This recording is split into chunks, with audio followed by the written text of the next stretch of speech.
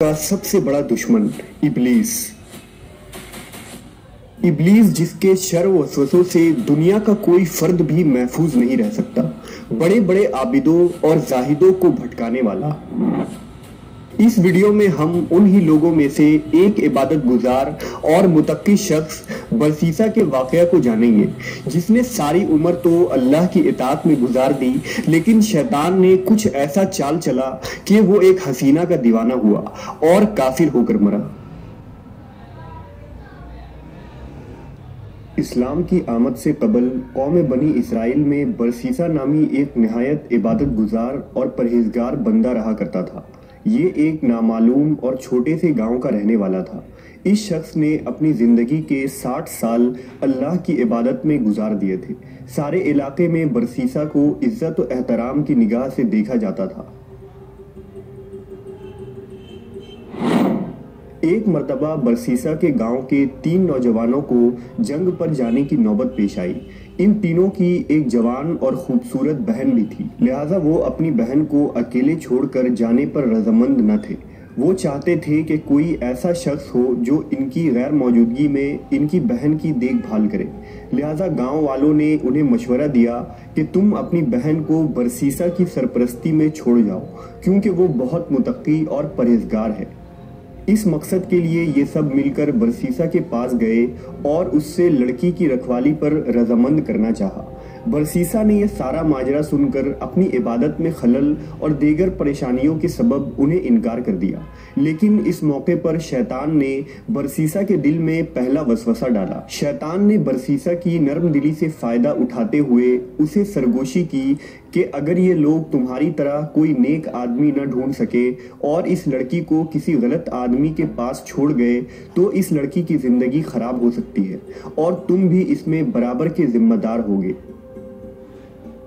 बरसीसा शैतान के इस वसवसे में आ गया और अगले ही दिन उसने उन 3 नौजवानों से उनकी बहन की रखवाली की जिम्मेदारी कबूल कर ली। अब वो नौजवान लड़की बरसीसा की इबादतगाह के सामने वाले घर में रहने लगी। शुरुआत में बरसीसा खाने पीने और दीगर जरूरियात की चीजें अपनी इबादतगाह के बाहर रख दिया करता और वो लड़की ये चीजें उठाकर ले जाती। एक दिन शैतान वापस आया और उसने बरसीसा के दिल में ये ख्याल डाला कि क्यों न तुम खाने पीने की चीजें लड़की के घर के दरवाजे के बाहर रख दिया करो। इस तरह उसे खुद चलकर तुम्हारी इबादतगाह तक न आना पड़ेगा और वो लोगों की निगाह से भी महफूज रहेगी। बरसीसा इस बात पर राजी हो गया और खाना पीना उस लड़की के घर के दरवाजे के बाहर रखना शुरू कर दिया।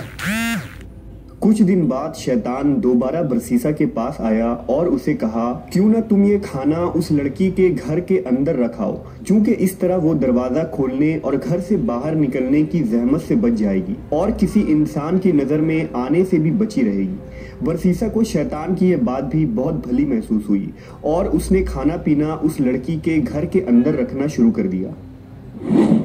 कुछ अरसा गुजरा तो शैतान दोबारा वापस आया। इस बार शैतान ने बरसीसा से कहा कि वो लड़की दिन रात अकेली रहती है, कहीं तन्हाई से उकता कर बीमार ना हो जाए। तुम्हें चाहिए कि तुम कभी कभी इससे बातचीत कर लिया करो। इस तरह तुम उसे इबादत की तरफ भी रागिब करो और नेकी की तरफ बुलाओ। बरसीसा को शैतान की ये बात भी बहुत पसंद आई और उसने एक दरवाजे के पीछे से लड़की से बातचीत करना शुरू कर दी। लेकिन इस तरह गुफ्तगू करने के लिए उन दोनों को बुलंद आवाज में बात करना पड़ता और दोनों को कोफ्त होती। अब शैतान ने बरसीसा से कहा कि तुम लड़की को अच्छी अच्छी बातें सिखा रहे हो और वो खुद भी इबादत की तरफ रागिब हो रही है, तो इसमें हर्ज ही क्या है कि तुम उसके कमरे में उससे ये बातें बताया करो। बरसीसा ने शैतान की ये बात भी मान ली और आखिरकार शैतान उन दोनों को एक ही छत के नीचे लाने में कामयाब हो गया। कुछ दिन इस तरह नेकी की बातें करते गुजरे और फिर उन दोनों के दरमियान आतिश इश्क भड़कने लगी। वो नौजवान लड़की बरसीसा को अपनी हुस्न अदाएं और जलवे दिखाने का कोई मौका जाय न करती। इधर बरसीसा की निगाहें लड़की के हुस्न से न हटती। यूं चीजें बिगड़ती चली गई और ये दोनों जिना के अमल में मुब्तला हो गए।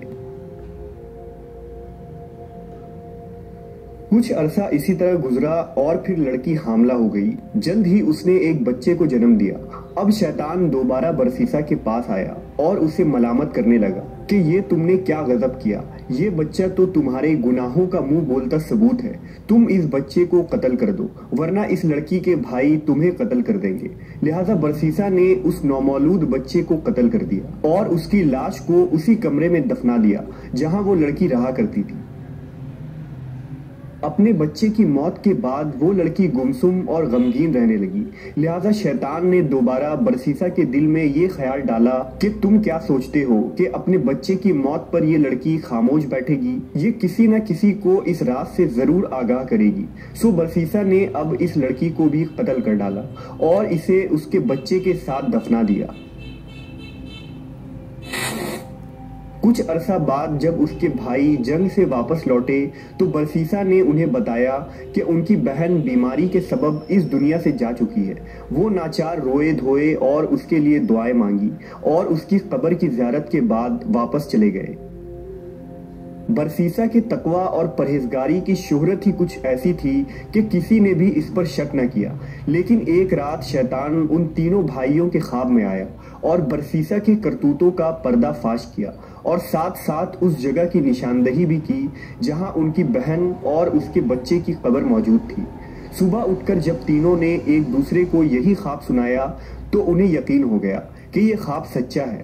چنانچہ تینوں برسیسا کے گھر پہنچے اور اصلی اور نقلی دونوں قبریں کھود ڈالی جہاں سے انہیں لڑکی اور اس کے بچے کی لاش مل گئی۔ اب یہ تینوں انتہائی غضبناک ہوئے اور برسیسا کو پکڑ کر سزا دلوانے کے لیے بادشاہ کے پاس لے گئے۔ برسیسا جانتا تھا کہ اب اسے کم سے کم موت کی سزا ملے گی۔ شیطان اب آخری مرتبہ برسیسا کے سامنے ظاہر ہوا اور اب اس نے برسیسا کو اپنی اصلیت سے آگاہ کر دیا اور یہ مشورہ دیا کہ اگر وہ اس سزائے موت سے بچنا چاہتا ہے تو شیطان کو اپنا آقا مان کر اسے سجدہ کرے۔ برسیسا نے موت کے ڈر سے یہ عمل بھی انجام دے دیا اور شیطان کو سجدہ کر بیٹھا۔ اب شیطان نے برسیسا سے کہا کہ میرا تجھ سے کوئی تعلق نہیں، میں تو اللہ سے ڈرتا ہوں جو تمام جہانوں کا رب ہے۔ یہ کہہ کر شیطان چلتا بنا اور برسیسا کو سنگسار یعنی پتھر مار مار کر قتل کر دینے کی سزا سنائی گئی۔ اور اس طرح بنی اسرائیل کا یہ مومن اور پرہیزگار راہب کفر کی حالت میں مرا۔ ہمارے لیے اس واقعے میں بہت سارے عبرت موجود ہیں کہ شیطان کس طرح ایک عابد اور زاہد شخص کو بھی گمراہ کر سکتا ہے۔ شیطان لمبی تدابیر کر کے انسان کو گناہ کے قریب کرتا چلا جاتا ہے۔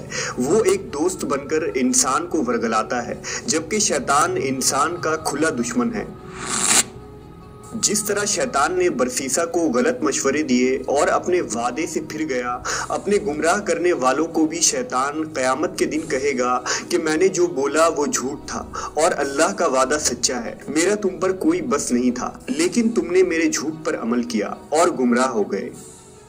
اس واقعے کا اشارہ قرآن مجید میں بھی موجود ہے، لہذا یہ واقعہ حضرت علی، عبداللہ ابن مسعود، طاؤوس، مقاتل بن حیان اور ابن کثیر نے مختلف الفاظ کے ساتھ سورہ حشر کی ان آیات کی تفسیر میں بیان کیا ہے۔ اور مثال شیطان کی سی ہے کہ وہ آدمی سے کہتا ہے کہ تو منکر ہو جا، پھر جب وہ منکر ہو جاتا ہے تو کہتا ہے